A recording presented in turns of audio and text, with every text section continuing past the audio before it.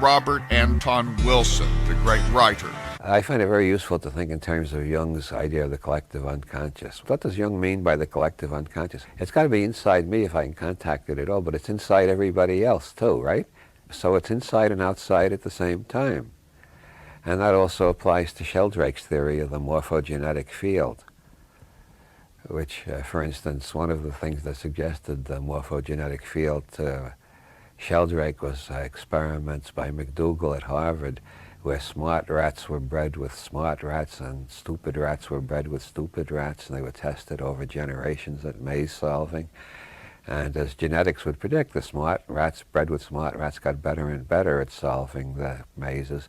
The dumb rats bred with dumb rats didn't get worse and worse. They got better and better too. McDougall found this so astonishing that he repeated the experiment more than once. He did several. And it's been repeated in Australia and Scotland and various other places, and the rats are learning faster and faster. This can only be explained in terms of something that's inside every rat and it's outside every rat in the sense that it's in every other rat too. And that's sort of the way the collective unconscious, the morphogenetic field, or the neurogenetic circuit function.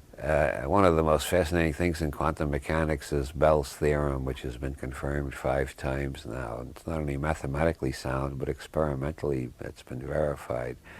And what Bell's theorem says basically is that everything in the universe is in harmony with everything else in the universe. Well, more specifically, it says any 2 particles once in contact continue to remain correlated in mathematically precise ways, no matter how far apart from each other they move, even if they're so far apart that information from one can't get to the other in the time you're taking your measurements.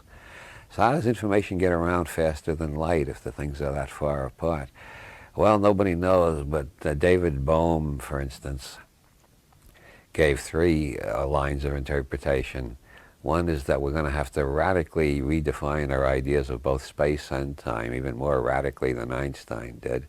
The second is that information somehow travels faster than light, even though energy can't. How can information travel without energy? Well, that's the mystery to be solved, but information is somehow getting around.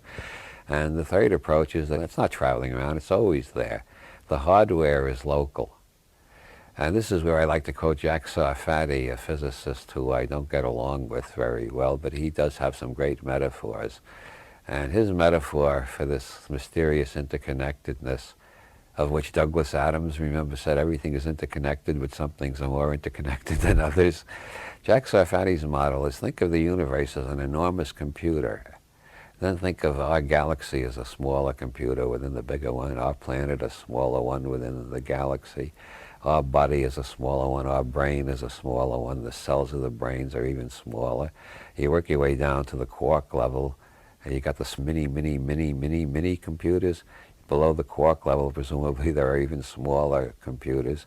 And in all cases, the hardware is localized. The hardware is here, not there, now, not then. I mean, from wherever you are is here and now. So the hardware is always localized, but the software is everywhere at once. It's outside space-time entirely. And this is what comes up in near-death experiences, out-of-body experiences, high doses of LSD, almost any dose of ketamine, and profound practice of yoga over a number of years. It's called samadhi, union with everything. And this is where synchronicities come from, and it's why so many people continue to have psychic experiences, even though we are told by authoritative sources that you can't have psychic experiences. They're totally forbidden, they can't happen, and if you claim them, you must be nuts. Still, the majority of people will report at least one psychic experience in their life whenever a poll is taken. Some people have dozens of psychic experiences. And this just comes from the big mind rather than the little mind, the non-local rather than the local level, the software rather than the hardware. Of course, I'm using a lot of modern scientific metaphors for traditional mystical concepts. That's because I find the traditional mystical language just doesn't satisfy my criteria of general semantic accuracy and neuro-linguistic programming of the sane sort. So I have to put it into the best scientific metaphors I can find, because this means that everything I say is potentially refutable.